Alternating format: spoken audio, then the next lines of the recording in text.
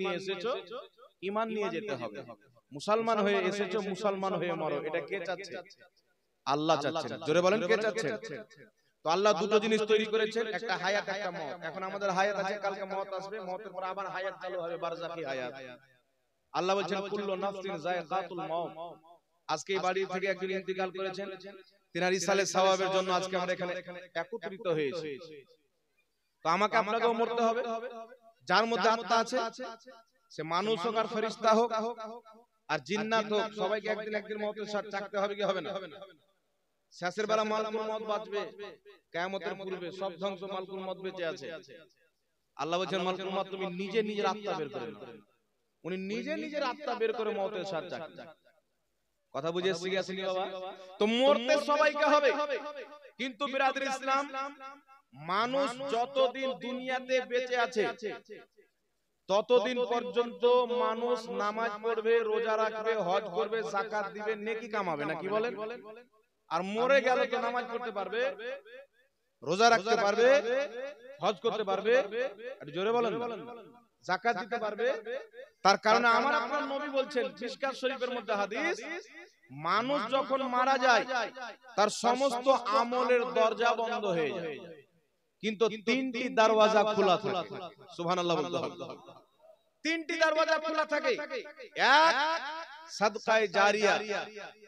আপনি মসজিদ বানিয়েছেন, মাদ্রাসা বানিয়েছেন বা অংশগ্রহণ করেছেন টাকা দিয়ে, যতদিন পর্যন্ত মসজিদ থাকবে আপনি কবরে চলে যাবেন, সওয়াব যেতেই থাকবে।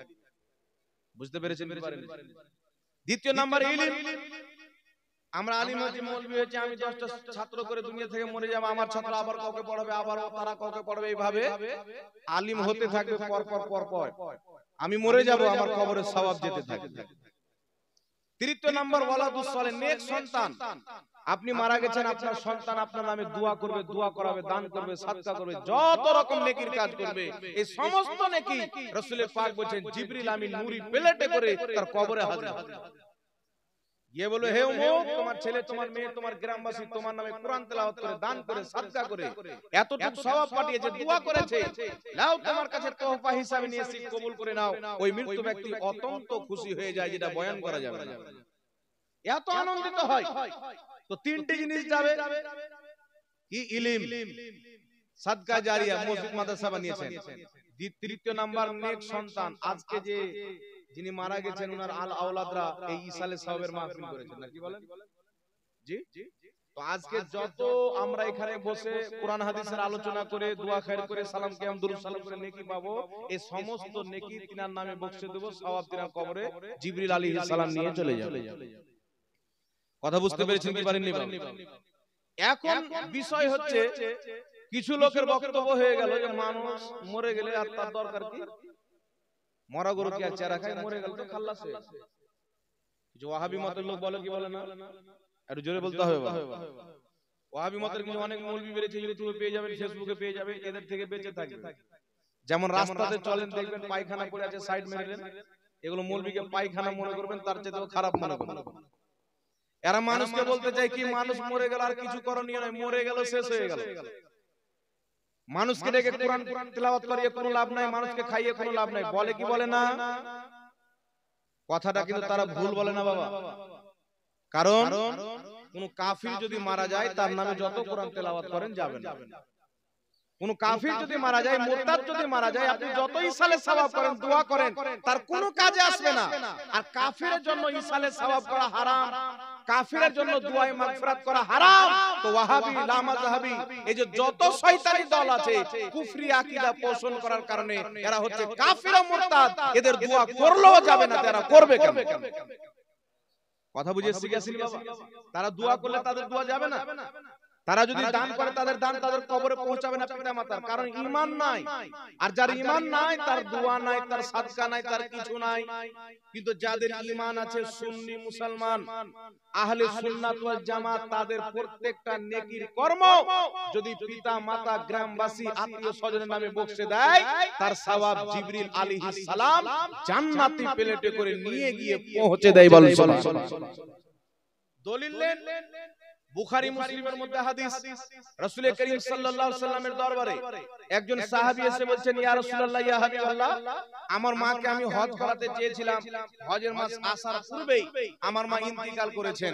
তো এখন যদি আমি আমার মায়ের পক্ষ থেকে হজ করি, তাহলে আমার মায়ের কি হজটা করা হবে? সওয়াবটা কি আমার মায়ের কবরে যাবে? রাসূল পাক বলেন, অবশ্যই যাবে। একটু জোরে বলবেন না সুবহানাল্লাহ। বুখারী মুসলিম খুলেন, হাদিস পেয়ে যাবেন। সাহাবী এসে বলছেন, ইয়া রাসূলুল্লাহ, আমার মা মারা গেছে, কিছু রোজা মায়ের উপরে কাজা ছিল, করতে পারেনি, মারা গেছেন, বোঝা তো মাথায় আছে, ফরজ রোজা। হুজুর, আমি যদি রাখি আমার মায়ের পক্ষ থেকে, তো আমার মায়ের মাথা থেকে বোঝাটা নামবে কি নামবে না? রাসূল পাক বলেন, তোমার মায়ের যদি কার্জ থাকতো, ধার থাকতো, লেনা থাকতো, দেনা থাকতো, তো তুমি কি সেটা আদায় করতে না? যে অবশ্যই করতাম। ওই যে রোজাটি আল্লাহর দেনা, এটাও আদায় করে দাও, তোমার মায়ের আদায় হয়ে যাবে। তাহলে কি বুঝতে পারলাম? মৃত্যু ব্যক্তির পক্ষ থেকে হজ করলে হজের সওয়াব মুর্দার কবরে চলে যায়। মৃত্যু ব্যক্তির পক্ষ থেকে রোজা রাখলে সেই রোজার সওয়াব মুর্দার কবরে চলে যায়। আর আবু দাউদ শরীফের মধ্যে সহিহ হাদিস, সাদ বিন আবাদা রাদিয়াল্লাহু তাআলা আনহু আসলেন, ইয়া রাসূলুল্লাহ, আমার মা ইন্তিকাল করেছেন, আমি মায়ের নামে কিছু সাদকা করতে চাই। হুজুর, এমন কি জিনিস সাদকা করব যাতে আমার মা উপকৃত হবে, কবরে লাভবান হবে? রাসূল বলেন, তোমার মায়ের নামে পানি সাদকা করো। তুমি তোমার মায়ের নামে মানুষকে পানি পান করাও, মানুষকে পানি পান করার সওয়াব তোমার মায়ের কবরে চলে যাবে। বলেন সুবহানাল্লাহ। আবু দাউদ শরীফের মধ্যে হাদিস, সাদ বিন আবাদা রাদিয়াল্লাহু তাআলা আনহু একটা কুয়া দান করে দিলেন। দান করার পরে বললেন, হাদিহি লি উম্মে সাদ, এই কূপটা হচ্ছে হযরতে সাদের মায়ের জন্য। পানি পান করবে পৃথিবীর মানুষ, সওয়াব যাবে তিনার মায়ের কবরে। জোরে বলতে হবে সুবহানাল্লাহ। তাহলে সাহাবায়ে কেরাম যাদের মা হচ্ছে জান্নাতি, আপনি চিন্তা করেন, তারা মায়ের নামে ইসালে সওয়াব করছেন। সাহাবার আকীদা কি? নবী কি শিক্ষা দিচ্ছেন? তোমার বাপ মারা গেছে, নেক আমল করে বাপের নামে বকশে দাও। তোমার মা মারা গেছে, নেক কাজ করে বাপের নামে বকশে দাও, মায়ের নামে বকশে দাও। তুমি যতদিন দুনিয়াতে বেঁচে থাকবে, তোমার মা বাপের নামে দান করবে, সওয়াব মা বাপের কবরে চলে যাবে। মা বাপের পক্ষ থেকে মানুষকে খাওয়া দাওয়া করাবে, সওয়াব মা বাপের কবরে চলে যাবে। কুরআন তেলাওয়াত করে পিতামাতার নামে বকশে দিবে, সওয়াব আল্লাহ তোমার পিতামাতার কবরে পৌঁছে দিবে। জোরে বলেন সুবহানাল্লাহ।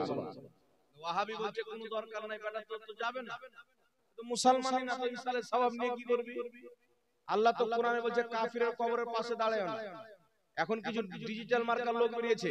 রাসূল পাক বলছেন, এতদিন আমি তোমাদেরকে জিয়ারত করতে নিষেধ করতাম, ফাজুরুহা, এখন তোমরা জিয়ারত করো। বুখারীর হাদিস, রাসূল পাক প্রত্যেক বছরের শুরুতে উহুদের শহীদদের মাজার জিয়ারত করতে যেতেন।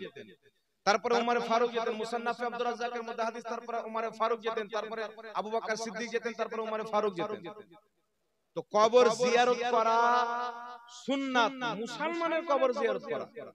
কোন ওয়াহাবি যদি বলে কবর জিয়ারত করা মানে কবর পূজা করা, তো ওদের কবর জিয়ারত করা তো হারাম, কারণ তারা তো মুসলমানই নয়। কথা বুঝতে পেরেছেন? আল্লাহ বলেন, কাফিরের কবরের পাশে দাঁড়ায়ও না, কাফিরের কবর জিয়ারত করা হারাম, তার কবরে তার মাগফিরাতের দোয়া করা হারাম, কিন্তু মুসলমানের কবর জিয়ারত করা হচ্ছে ইবাদত, নবী মুস্তাফার সুন্নাহ। জোরে হবে না সুবহানাল্লাহ? তো আমরা মুসলমান, আমরা জিয়ারত করি। আমার নবী মুসলমান ছিলেন, মুসলমানের কবর জিয়ারত করতেন। আমার নবী মুসলমান ছিলেন, মুসলমানের কবর জিয়ারত করতেন। আম্মা জান আয়েশা বলছেন, শবে বারাত রাত্রিতে নবী পাক সাল্লাল্লাহু আলাইহি সাল্লাম ওনার বাড়ি ছিলেন, দেখছেন নবী পাক নাই, বেরিয়ে গেলেন। তিনার অন্য যেগুলো নবী পাকের স্ত্রী ছিলেন, তাদের ঘরগুলোতে একটু অনুভব করলেন যে এখানে আছেন নাকি, হয়তো নবী পাক অন্য স্ত্রীর কাছে চলে গেছে। দেখলেন নাই, তখন তিনি জান্নাতুল বাকি গেলেন, দেখছেন নবী পাক সাল্লাল্লাহু আলাইহি সাল্লাম দাঁড়িয়ে কান্না করছেন আর দোয়া করছেন, কবর জিয়ারত করছেন। তো কবর আমার নবী মুসলমানের জিয়ারত করেছেন। তো কোন মৌলবি যদি বলে কবর জিয়ারত করা জায়েজ, মনে করবেন মৌলবিটা মুসলমান। আর কোন মৌলবি যদি বলে কবর জিয়ারত করা শিরক, তাহলে মনে করবেন যে তো বেঈমান। আর বেঈমানের কবর জিয়ারত করা হারাম, মুসলমানের কবর জিয়ারত করা নবীর সুন্নাত। জোরে বলতে হবে সুবহানাল্লাহ। কথা বুঝে এসেছি কি? তো কোন ওয়াহাবি যদি বলে কবর জিয়ারত নাই, তাহলে কথাটা কি ভুল বললো? ও তো ঠিক বললো, ওদের নাই কারণ ওরা মুসলমান নয়। আর সুন্নি মৌলবি বলছে চলো কবর জিয়ারত করতে যাব, তো ঠিকই বলছে, মুসলমানের কবর জিয়ারত নবী পাক করেছেন, তো মুসলমান করবে না। কি বলেন? নবীর সুন্নাত তো মুসলমান মানবে না। কথা বুঝে এসে গেছিনি বাবা। তাই কবর জিয়ারত, মানুষ মারা যাওয়ার পরে তার নামে ইসালে সওয়াব করা। ইসাল মানে পাঠানো, সওয়াব মানে নেকি। জীবিত ব্যক্তি নেক আমল করে তার সওয়াব মৃত ব্যক্তির নামে পাঠায়, এটা কি বলা হয়? ইসালে সওয়াব। এখন আপনাদের সম্মুখে বলবো, আমরা 4 দিনে চাহারম করি, 40 দিনে 40 হবে, 20 দিনে 20 দিনে করলে।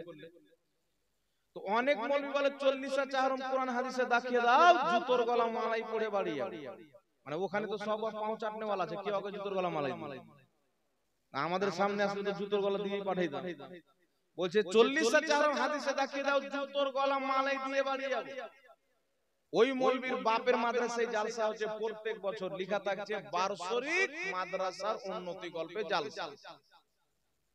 তো বার্ষিক মাদ্রাসার উন্নতি গল্পে জালসা দেখিয়ে দাও।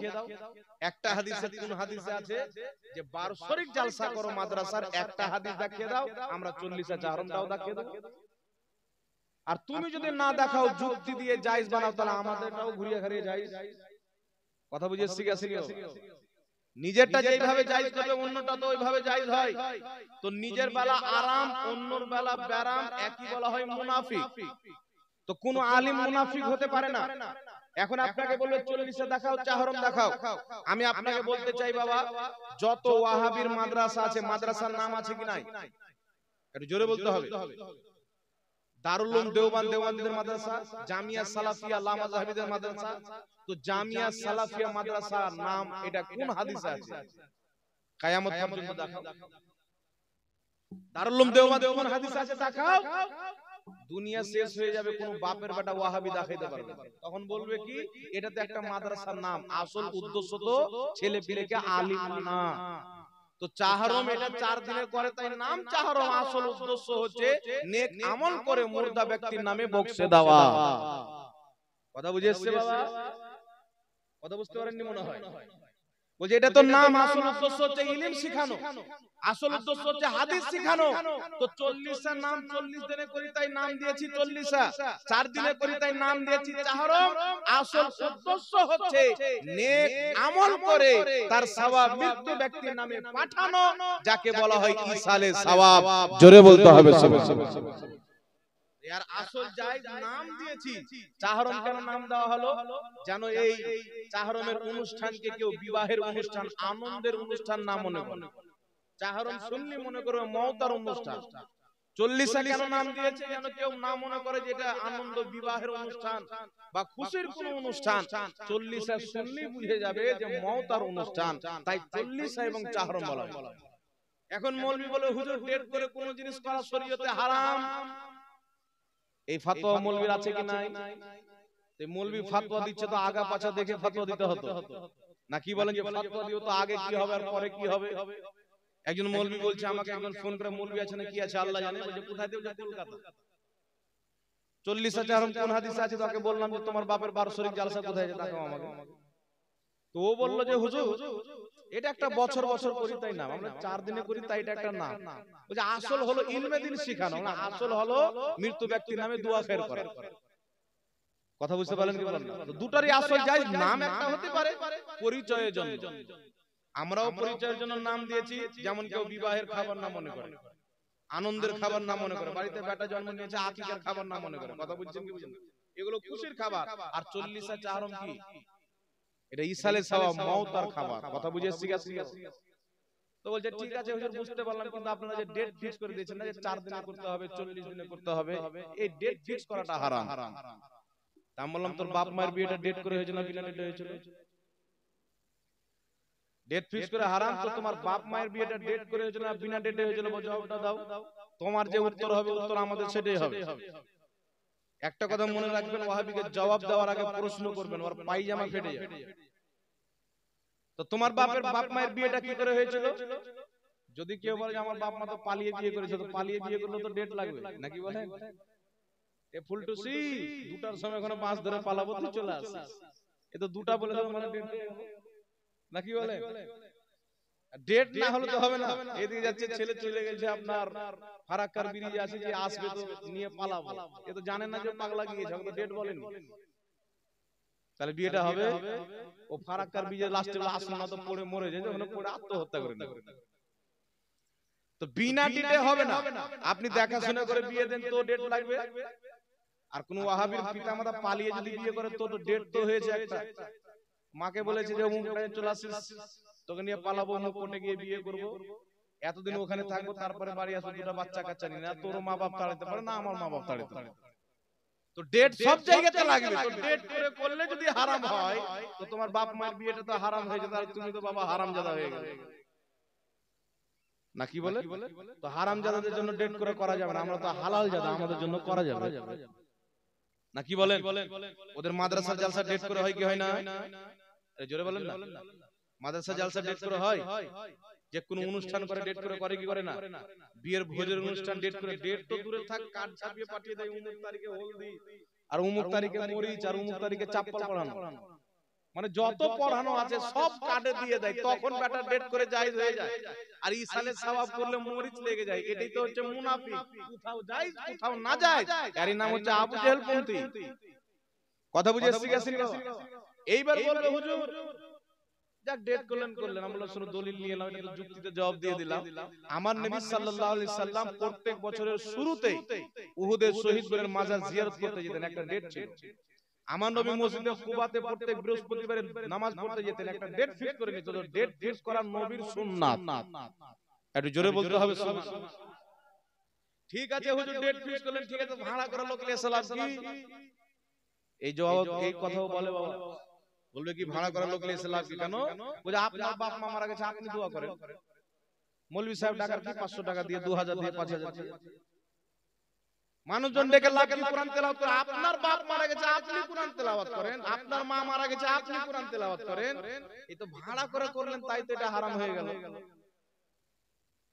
মৌলভী সাহেবের বাপ মায়ের বিয়ে যে মৌলভী পড়াইছিল, ওকেও 50 টাকায় ভাড়া করেছিল। না কি বলেন? মানে ওই জামানায় 50 টাকা চলছিল, বাপ মা বুড়া ছিল। এখন আমাদের জামানায় 500 টাকা, কেউ আবার 1000 টাকা দিয়ে দেয়, কেউ আবার 2000 টাকা দিয়ে দেয় খুশি মনে। না কি বলেন?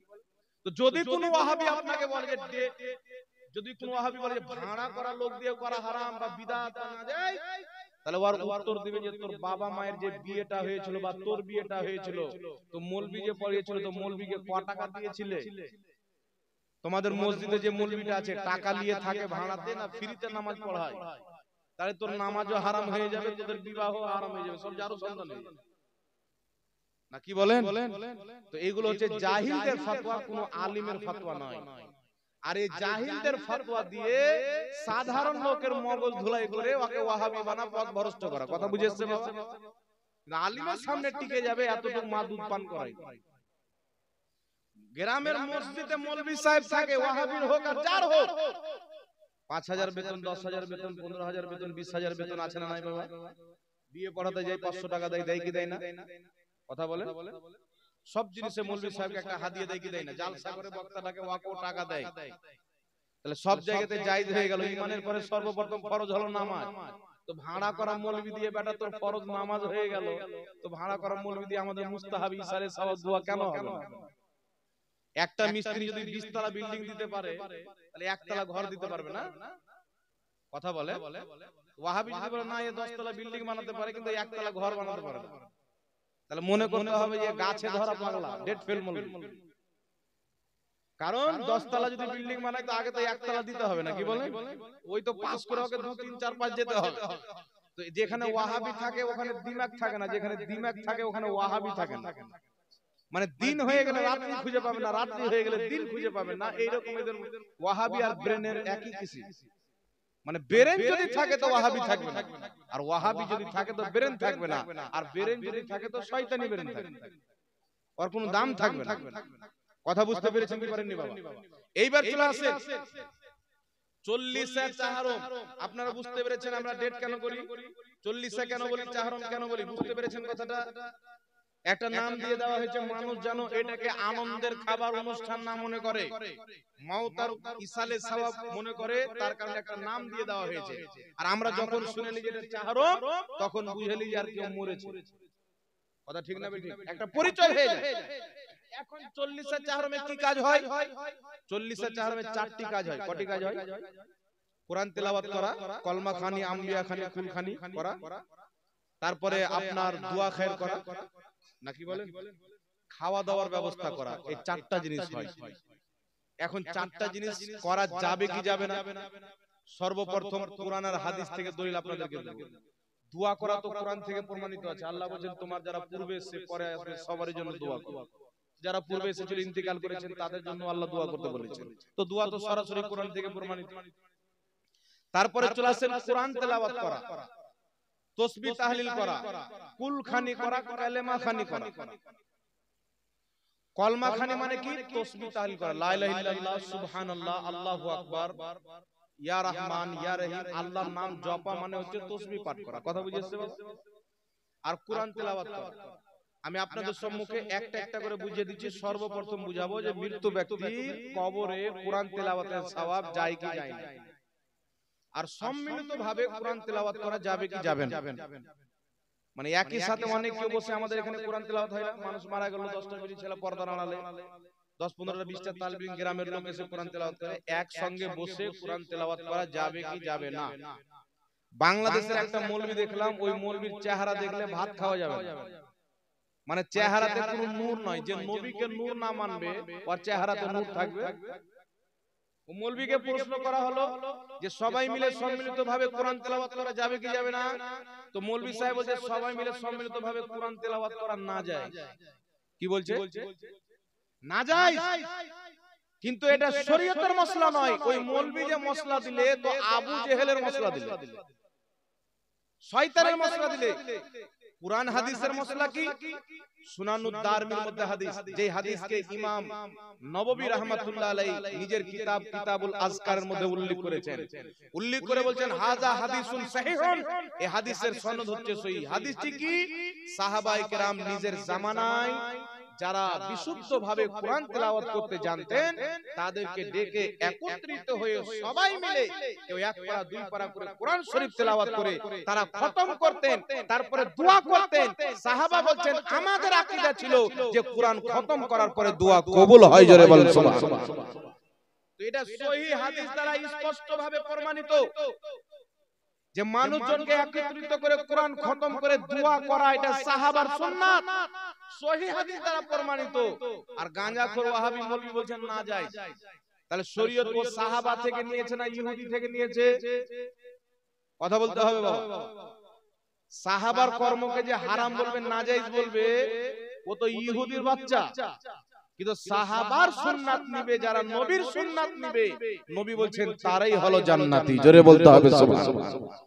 এবার চলে আসেন মৃত্যু ব্যক্তির নামে কোরআন তেলাওয়াত করা যাবে কিনা। অর্থাৎ জীবিত ব্যক্তি কোরআন তেলাওয়াত করে তার সওয়াব মৃত্যু ব্যক্তির কবরে ইসাল করতে পারবে কিনা, সওয়াবগুলি যাবে কি যাবে না, একটু লক্ষ্য করে মনোযোগ সহকারে শুনবেন।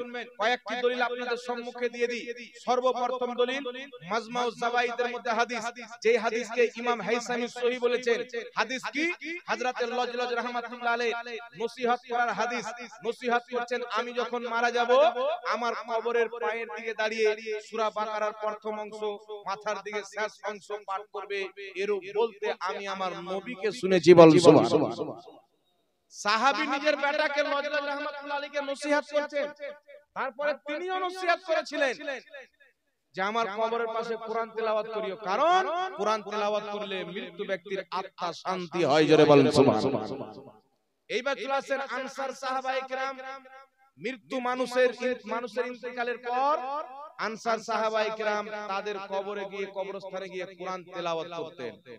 হযরত ইমাম মালিক রাহমাতুল্লাহ আলাইহির জামানায় একজন ব্যক্তিকে দাফন করা হলো, তিনিও জানাজাতে আছেন। দাফন করার পর কিছু লোক কবরের পাশে কোরআন তেলাওয়াত করতে লাগলো। হযরত মালিক রাহমাতুল্লাহ আলাইহি বলেন কোরআন তেলাওয়াত করিও না, এটা ঠিক নয়। তিনি নিষেধ করলেন। আরেকজন বলছেন না হুজুর এটা তো প্রমাণিত। উনি দলিল যখন পেশ করলেন, ইমাম মালিক বললেন তাহলে গিয়ে কোরআন তেলাওয়াত করো। জোরে বলেন সুবহানাল্লাহ। যার কারণে বিশ্ববিখ্যাত মুহাদ্দিসগণ, খাস করে ইমাম জালালউদ্দিন সিয়ুতি রাহমাতুল্লাহ আলাইহি, যাকে সবাই এক বাক্যে মুহাদ্দিস ও মুফাসসির মানেন, তিনি নিজের কিতাব শারহুস সুদুরের মধ্যে লিখতেছেন যে মৃত্যু ব্যক্তির নামে ইসালে সওয়াবের জন্য মানুষজনকে একত্রিত করে কোরআন তেলাওয়াত করা, আর কোরআন তেলাওয়াত করে তার সওয়াব মৃত্যু ব্যক্তির নামে বখশে দেওয়া, এটা শরীয়তে জায়েজ আছে। জোরে বলেন সুবহানাল্লাহ।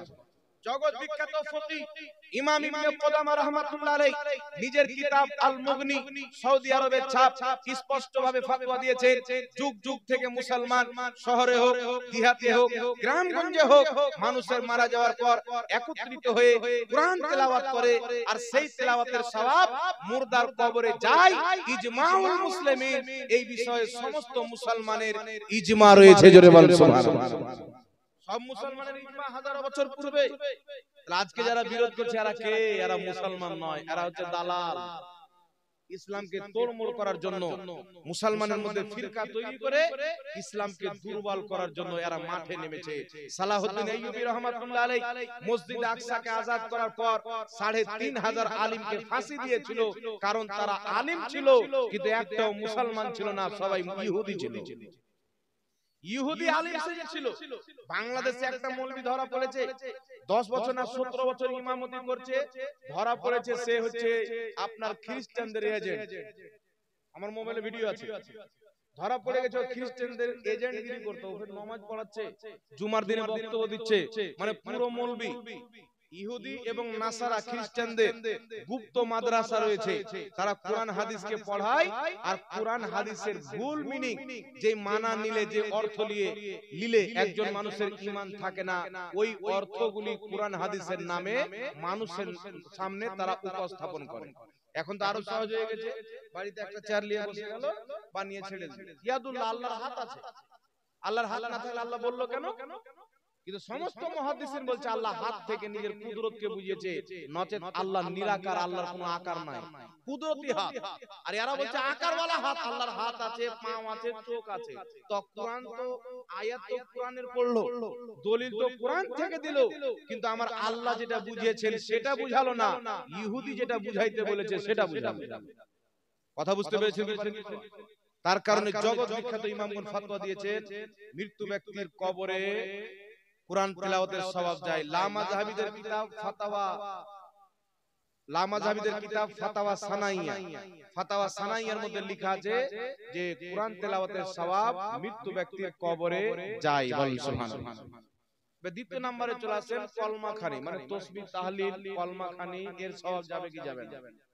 তিরমিজি শরীফের মধ্যে হাদিস, নবী পাক সাল্লাল্লাহু আলাইহি সাল্লাম একটি রাস্তা দিয়ে অতিক্রম করলেন। রাসূল করিম সাল্লাল্লাহু আলাইহি সাল্লাম হঠাৎ করে একটি জায়গাতে দাঁড়িয়ে গেলেন। দাঁড়ানোর পরে বলছেন, সাহাবী, এই দুটি কবরে আযাব হচ্ছে। ওখানে দুটি কবর ছিল। সাহাবী বলছেন, ইয়া রাসূলুল্লাহ, ইয়া হাবিবাল্লাহ, কি কারণে আযাব হচ্ছে? আমার আপনার নবী বললেন, একজন পেশাবের ছিটা থেকে বাঁচছিল না, আর একজন ব্যক্তি মানুষের চুগলি করে বেড়াতো, তার জন্য দুটি কবর আযাব হচ্ছে। রাসূল বলছেন, সাহাবী, খেজুরের ডানা নিয়ে এসো। সাহাবী একটি খেজুরের ডানা নিয়ে আসলেন। আমার আপনার নবী দুই ভাগে বিভক্ত করে দুটি কবরে রেখে দিলেন। রাখার পরে বললেন, যতদিন পর্যন্ত এই খেজুরের ডানা কাঁচা থাকবে ততদিন পর্যন্ত এদের কবরের আযাবে কমতি থাকবে। জোরে বলতে হবে সুবহানাল্লাহ। এখন প্রশ্ন হচ্ছে, নবী যদি দোয়া করে দিতেন কিয়ামত পর্যন্ত আযাব বন্ধ হয়ে যেত, কবরটা জান্নাতের বাগান হয়ে যেত, কিন্তু নবী পাক সাল্লাল্লাহু আলাইহি ওয়াসাল্লাম খেজুরের ডানা কেন রাখলেন? আর যতদিন কাঁচা থাকবে ততদিন কেন তার আযাবে কমতি থাকবে? তো আমার আপনার নবী এটা একটা ইসালে সওয়াবের তরিকা শিখিয়ে দিয়েছে। তোমার মা মারা যাবে, বাবা মারা যাবে, পিতা মাতার কবর যখন জিয়ারত করতে যাবে, দুটা খেজুরের ডানা নিয়ে গিয়ে রেখে দিবে। বলেন সুবহানাল্লাহ। ইমাম ইবনে হাজার আসকালানী রাহমাতুল্লাহ আলাইহি বুখারী শরীফের শারা ফাতহুল বারীর মধ্যে লিখতেছেন, এই হাদিসের ব্যাখ্যা করছেন। কি ব্যাখ্যা? ইমাম মুল্লা আলী কারি রাহমাতুল্লাহ আলাইহি বুখারী শরীফের শারা উমদাতুল কারীর মধ্যে, ইমাম ইবনে হাজার আসকালানী বুখারী শরীফের শারা ফাতহুল বারীর মধ্যে দুইজনই ব্যাখ্যা করেছেন। কি ব্যাখ্যা করেছেন? তিনারা বলছেন, জমিন আসমানে যা আছে সব আল্লাহর তাসবিহ পাঠ করে।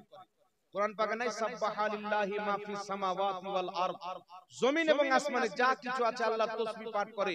ইমাম ইবনে হাজার আসকালানী বলছেন, ইমাম বদরুদ্দিন আইনি বলছেন, যতদিন পর্যন্ত খেজুরের ডানা কাঁচা থাকবে আল্লাহর তাসবিহ পাঠ করবে, আর তার পাঠ করা তাসবিহর সওয়াব মুর্দার কবরে যাবে, আর তার ফলে মুর্দার কবরের আযাব আল্লাহ হালকা করে দিবে। জোরে বলেন সুবহানাল্লাহ।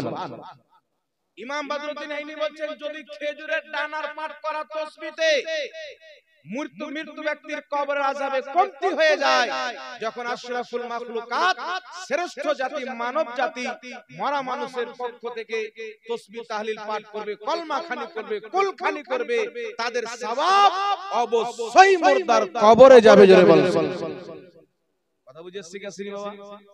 জোরে বলেন বুঝেছে? তাই ইমাম ইবনে হাজার আসকালানী আরেকটা কথা বলেছেন যে শুধু খেজুরের ডানা নয়, যত হারা ভরা জিনিস আছে এই সমস্ত জিনিস মুর্দার কবরে রাখলে তার সওয়াব, তার পাঠ করা তাসবির সওয়াব মুর্দার কবরে যাবে, ফলে মুর্দা উপকৃত হবে, তার আযাবে কমতি হবে। তার কারণে ইমাম ইবনে আবিদির শামী ফাতাওয়া শামীর মধ্যে লিখতেছেন যে এই হাদিস থেকে স্পষ্ট প্রমাণ হয়ে যায় যে আল্লাহর যারা আসল ওলি তাদের মাজারে কাঁচা ফুল দেওয়া জায়েজ আছে। জোরে বলেন সুবহানাল্লাহ। কথা বুঝেছি কি আসেনি? কারণ ফুল তাসবিহ পাঠ করবে, সওয়াব আল্লাহ ওয়ালার কবরে যাবে, ফলে সেই ওলির মর্যাদাকে আল্লাহ আরো বাড়াবে। বলেন সুবহানাল্লাহ। তাহলে মৃত্যু ব্যক্তির নামে কোরআন তেলাওয়াত করা যাবে কি যাবে না? আর জোরে বলতে হবে। কোরআনের সওয়াব মুর্দা ব্যক্তির কবরে যায় কি যায় না? কুলখানি করা যাবে কি যাবে না? আর জোরে বলতে হবে বাবা। এইবার চলে আসেন, লাস্ট থাকলো যে মৃত্যু ব্যক্তির পক্ষ থেকে সাদকা করা যাবে কিনা, খাওয়া দাওয়া, মানুষজনকে খাওয়া দাওয়া করানো যাবে কি যাবে না? কিছু মৌলবি বলে যে গরিব আলবাকে খাওয়াও যায় যাচ্ছে, কিন্তু ধনী লোককে খাওয়ানো যাবে না। ধনী লোক আবার কি পাপ করবে? তো মৃত্যু ব্যক্তির নামে ইসালে সওয়াব করলে গরিব ব্যক্তিকে খাওয়া দাওয়া করানো যায়, ধনী ব্যক্তিকেও খাওয়া দাওয়া করানো যায়। সিস্টেমটা এমন যেন না হয়ে যায় বিয়ের মতো, মানে একবার খুশি উল্লাস হয়ে খাওয়া দাওয়া করাচ্ছেন, মানুষ নিয়ে আসছে, হাঁড়ি নিয়ে আসছে, কে লোটা নিয়ে আসছে, কে চাদর নিয়ে আসছে, কে কাপড় নিয়ে আসছে, মানে বোঝা যায় না যেটা মওতার খানা, মনে হচ্ছে আব্বার বিয়ে হচ্ছে। এই খাবার করা যাবে না। যেটা আমাদের দেশে হয়, আমাদের এলাকাতে হয়, দোয়া খায়ের করা হয়, কোরআন তেলাওয়াত করা হয়, মানুষের খাওয়ার ব্যবস্থা করা হয়, গরিবও আছে ধনীও আছে, এটা জায়েজ আছে। কথা বুঝেছি? আর মৃত্যু ব্যক্তির নামে সাদকা করলে তার সওয়াব কবরে যায়, আর মানুষকে খাওয়া দাওয়া করানো হচ্ছে সাদকা। আর শুধু গরিব নয়, আমার নবী বলছে যদি তোমার নিজের ফ্যামিলিকে নিয়ে খাওয়া দাওয়া করো সেটাও তোমার জন্য সাদকা। বলেন সুবহানাল্লাহ। আপনার দুটো ছেলে মেয়ে আছে, আপনার দুইজন আছেন, রান্না করলেন, খাওয়া দাওয়া করেন, আল্লাহ আমরা যা খেয়েছি আজকে বিসমিল্লাহ বলে আলহামদুলিল্লাহ শেষ করেছি, এই সওয়াব যতটুকু তুমি দান করবে, আমার বাপের নামে ইসাল করলাম, বকশে দিলাম, ওই সওয়াব আপনার বাপের কবরে চলে যাবে। আর মানুষকে খাওয়া দাওয়া করানো হচ্ছে একটি উত্তম কাজ। বুখারী শরীফের মধ্যে হাদিস নাম্বার 12, হাকিম আল মুস্তাদরাকের মধ্যে হাদিস, অসংখ্য কিতাবের মধ্যে রাসূল পাক বলেন তুতাইমুত তাআম ওয়া তাকরাউস সালাম, ইসলামের উত্তম আমল হলো মানুষকে খাওয়া দাওয়া করানো, মানুষকে সালাম করা। বলেন সুবহানাল্লাহ। তাই মৃত্যু ব্যক্তির নামে এখন হলো হুজুর খাওয়া দাওয়া করানো তো খুব ভালো কাজ, কিন্তু মানুষ, মরা মানুষের মরে যাওয়ার পর ইসালের সওয়াবের জন্য মানুষকে খাওয়া দাওয়া করানো, এটা কোনো হাদিসের মধ্যে নাই। এরকম স্পেশাল গাঁজাখোর মৌলবি অনেক বেরিয়ে গেছে, এরা মানুষকে বলতে যায় কোনো হাদিসে নাই, অথচ আবু দাউদ শরীফের হাদিস শুনলাম সাহাবা মৃত্যু মায়ের পক্ষ থেকে পানি পান করিয়েছেন। পানি একটা খাওয়ার জিনিস কিনা বাবা? একটু জোরে বলে। তো এই হাদিস থেকে তো প্রমাণ হয়ে গেল যে যত রকমের আহারের পবিত্র জিনিস আছে মৃত্যু ব্যক্তির পক্ষ থেকে করা ইসালে সওয়াবের জন্য জায়েজ আছে। ইমাম জালালউদ্দিন সিউতি রাহমাতুল্লাহ আলাইহি আল হাবিলিল ফাতাওয়ার মধ্যে হাদিস লিখেছেন। ইমাম আবু নঈম আসবাহানী রাহমাতুল্লাহ আলাইহি হিলিয়াতুল আউলিয়ার মধ্যে হাদিস নিয়েছেন। ইমাম জালালউদ্দিন সিউতি বলেন রিজালুহু রিজালুস সহিহ, এই হাদিসের সমস্ত বর্ণনাকারী বিশুদ্ধ সহিহ। হযরতে তাউস রাহমাতুল্লাহ আলাইহি বিখ্যাত তাবিঈ বলেন ইন্নাল মাউতা ইয়াফতানুনা ফি কুবুরিহিম সাবআ ফাকানু ইস্তাহিব্বুনা আইয়াতা'আমানুহুম তিলকাল আইয়াম। তিনি বলছেন আমাদের জামানাতে যদি কোনো ব্যক্তি মারা যেত, আমরা ওই মৃত্যু ব্যক্তির পক্ষ থেকে 7 দিন পর্যন্ত মানুষকে খাওয়া দাওয়া করাতাম। জোরে বলেন। সাহাবায়ে কেরাম তাবিঈনগণ মৃত্যু ব্যক্তির নামে খাওয়া দাওয়া করিয়েছেন। তাই ইমাম জালালউদ্দিন সিউতি রাহমাতুল্লাহ আলাইহি শারহুস সুদুরের মধ্যে লিখছেন মৃত্যু ব্যক্তির ইসালে সওয়াবের জন্য মানুষকে খাওয়া দাওয়া করানো জায়েজ আছে। জোরে বলেন সুবহানাল্লাহ। আর এইগুলো কর্ম তো হয় নাকি বলেন? দোয়া হয় 40 চাহরমে, কোরআন তেলাওয়াত হয়, কলমা খানি তাসবিহ তাহলিল হয়, খাওয়া দাওয়ার ব্যবস্থা করা হয়। আর এই সমস্ত জিনিস হাদিস দ্বারা স্পষ্ট ভাবে প্রমাণিত। ফলে 4 দিনে করেন, 40 দিনে করেন, 39 দিনে করেন, 50 দিনে করেন, এটা জায়েজ আছে। মুসলমান যদি মৃত্যু ব্যক্তি থাকে তার জন্য করলে নেকি পাবে, মরা যদি কাফির থাকে তার জন্য পাহাড় দান করে দিলেও কোনো নেকি পাবে না। কথা বুঝে শিখেছি? আমরা আহলে সুন্নাত ওয়াল জামাত, আমরা ঈমানদার, আমরা করি কারণ আমাদের যাই। ওয়াহাবিরা করে না কারণ তাদের ঈমান নাই। ঈমান নাই তো ইসালে সওয়াব নাই। মর গয়া মারদুদ না ফাতিহা না দুরুদ। বুঝতে পেরেছেন কিনা বাবা? মর গয়া মারদুদ ফাতিহা না দুরুদ কিছু মানুষকে বোকা বানানোর জন্য বলেছে যে মরা গরু কি আর চারা খায়? এর কিছু গাঁজা করলো কাছে আসলে গরু তো মরে গেল, তার চারা খায় না, তো মানুষ মরে গেল তোমার নামে দুয়া খায়ের সে সালাম কালামি যে কোরআন তেলাওয়াত এগুলো করে লাভটা কি? এই প্রশ্ন আমাকেও করা হয়েছে। এই প্রশ্ন যেমন উত্তরটাও তেমনই দিতে হবে। আমি যে তোমার বাপ মা মরে গেলে গরু হয়ে যায়, ছাগল কুত্তা বিল্লি হয়ে যায়, যাই না, খাই না। আমাদের বাপ মা মরলে বাপ মাই থাকে, আমাদের চারা খাই। নাকি বলেন? সাহাবায়ে কেরামের মা মরেছেন, চারা খেয়েছে কি খায়নি? ইসরায়েল সওয়াব করেছেন কি করেন? সওয়াব গিয়েছে কি জানি? চারা খায় না মানে সওয়াব যায় না বলে। তো সাহাবায়ে কেরামের মা বাপের সওয়াব গিয়েছে, তারা মুসলমান, আমরা মুসলমান, আমাদেরও যাবে। এ তোমাদের ঈমান নাই, গরু ছাগল হয়ে যায়, মরলে যাবে না। এরা কি করতে চায়? মানুষকে গরু ছাগল বানাতে চায়। একটা লোকের গরু মরে গেল, মাটি দিয়ে চলে আসলো, আসি গেছে না গেড়ে পুঁতে দিয়ে আসি গেছে না, কেউ ফেলে চলে আসলো, তারপর আর কোনো খোঁজ খবর নাই। এরকম হচ্ছে ওয়াহাবিজা, মাটি দিয়ে চলে আসলো, ও পড়লো না সরলো, যা ঝক মারা। নাকি বলে? তো গরুর মধ্যে আর তোমার পিতা মাতা আত্মীয় স্বজনের মধ্যে তোমাদের মধ্যে তফাৎ কি? ছাগল মরলো পুঁতে চলে আসলাম, গরু মরলো পুঁতে চলে আসলাম, খেল খতম। আর তুমি বলছো যে মরে গেল আর কোনো করণীয় নাই, খাল্লাস। তো তোমার আর ছাগলের মধ্যে তফাৎটা কি থাকলো? কিন্তু সাহাবার জামানায় তো ছাগল মরেছে, গরু মরেছে, কিছু করেনি, কিন্তু মানুষ মরলে তো হজ করেছে ওর পক্ষ থেকে, রোজা রেখেছে ওর পক্ষ থেকে, নামাজ পড়েছে ওর পক্ষ থেকে, এমন কি যে কুরবানিও দিয়েছেন মরা মানুষের নামে। বলেন সুবহানাল্লাহ। আমার নবী নিজে দিয়েছেন, ইবনে মাজাহ শরীফের মধ্যে হাদিস, আর অনেক কিতাবের মধ্যে সহিহ হাদিস। রাসূল পাক কুরবানি দিলেন, দোয়া করেছেন, আল্লাহ এটা আমার উম্মতের পক্ষ থেকে এবং আমার পক্ষ থেকে কুরবানিটা কবুল করো। মুহাদ্দিসিনে কেরাম বলছেন যে নবীর উম্মতের পক্ষ থেকে মানে যেগুলো উম্মত ইন্তিকাল করেছেন তাদের পক্ষ থেকেও, আর যারা বেঁচে আছেন তাদের পক্ষ থেকেও। তাহলে কি বুঝা গেল? আমাদের নবী মৃত্যু ব্যক্তির পক্ষ থেকেও কুরবানি দিয়েছেন। জোরে বলতে হবে সুবহানাল্লাহ। তার কারণে মৃত্যু ব্যক্তির পক্ষ থেকে কুরবানি করলে যদি ওই কুরবানি করার সওয়াব চলে যায়, হজ করলে যদি হজের সওয়াব চলে যায়, যাকাত যদি আপনার রোজা রাখলে রোজার সওয়াব চলে যায়, দান করলে দানের সওয়াব চলে যায়, তেমনি কোরআন তিলাওয়াত করলে কোরআন তিলাওয়াতের সওয়াব চলে যায়, তেমনি তাসবিহ তাহলিল পাঠ করলে তার সওয়াবও চলে যায়, মানুষকে খাওয়া দাওয়া করালে তার সওয়াবও চলে যায়, যেমন পানি পান করার সওয়াব চলে যায়। জোরে বলেন সুবহানাল্লাহ। কথা বুঝে শিখাছিনি বাবা? যেমন পানি পান করালে সওয়াব আছে কি নাই মানুষকে? 7 বিন আবাদা ফুক দিয়ে দিলেন, পানি পান করবে, সওয়াব যাবে। তো যেমন পানি পান করার সওয়াব কবরে চলে যায়, তেমন মানুষকে খাওয়া দাওয়া করানোর সওয়াবও কবরে চলে যায়। এবার একটা কথা বলে দিই বাবা, টাইম অনেক হয়ে গেল, অনেকক্ষণ বলাও হয়ে গেল, 12টা বেজে 13 মিনিট বলে দিই।